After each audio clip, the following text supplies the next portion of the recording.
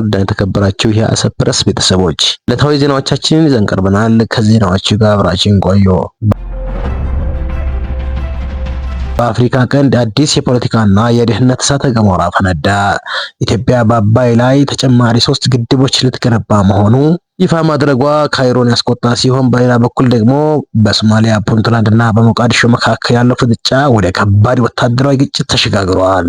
ኢትዮጵያ ታላቁ የህዳሴ ግድብን በማጠናቀቅ ላይ በምትገኝበት በዚህ ወቅት በአባይ ተፋሰስ ላይ ተጨማሪ 3 የሃይድሮ ኤሌክትሪክ ማመንጫ ግድቦችን ለመገንባት ማቀዷን ይፋ ማድረጓ በካይሮ በኩል ከፍተኛ ውጥረትን ፈጥሯል።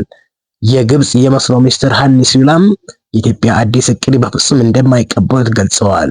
ሚኒስትሩ አክለው ኢትዮጵያ ከግብጽና ከሱዳን ጋር ህጋዊና አስገዳጅ ስምምነት ላይ መድረስ እንዳለባት ጠቁመው መረጃ ባለመኖሩ ምክንያት ለሚከሰተው ማንኛውም መስተጓጎል ሙሉ ኃላፊነቱን የምትወስደው ኢትዮጵያ መሆኗን አስረድተዋል።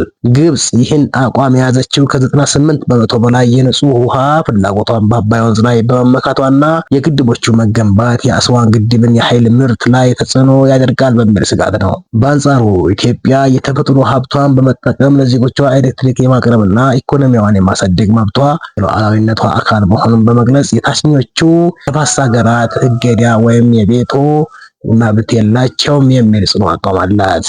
ይህ የውሃ አለመግባባት ደግሞ ኢትዮጵያ በቀይ ባህር ወደብ አማራጭ ለማግኘት ከሚታዩ ቀጠናዊ እንቅስቃሴዎችና የጂኦፖለቲካ ፍላጎቶች ጋር ተያይዞ ሁለቱ ሀገራት መካከል ያለውን ዲፕሎማሲያዊ ፍጥጫ የበለጠ አካሮታል።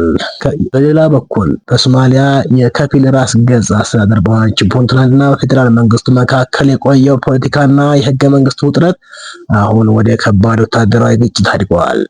የፑንትላንድ ኃይሎች በጋልካዮና በቦሳሶ የሚገኝ የፌዴራል ጦርና ከሞቃዲሾ ጋር አጋርነት ባላቸው የደህንነት ኃይሎች ወይም ፒኤስኤፍ ካምፖች ላይ እርምጃ በመውሰድ ቁልፍ ቦታዎችን የተቆጣጠሩ ሲሆን ፑንትላንድ ፕሬዝዳንት ሰይድ አብዱላሂ ደኒ ይህ እርምጃ የክልሉን ራስ ገዝነትና የደህንነት መዋቅር ለማስከበር የተወሰደ ቅድመ ጥንቃቄ እንደሆነም ገልጸዋል። የዚህ ግጭት ዋና መንስኤ ፑንትላንድ ማዕከላዊ የሶማሊያ መንግስት የፌዴራሊዝም ስርዓቱን ጠቅሎ ለመያዝ እና በክልሉ ደህንነት ላይ ቀጥተኛ ጣልቃ ገብነት ለማድረግ ይሞክራል በሚል ስጋት የተደረገ ተቃውሞ ነው ብለዋል።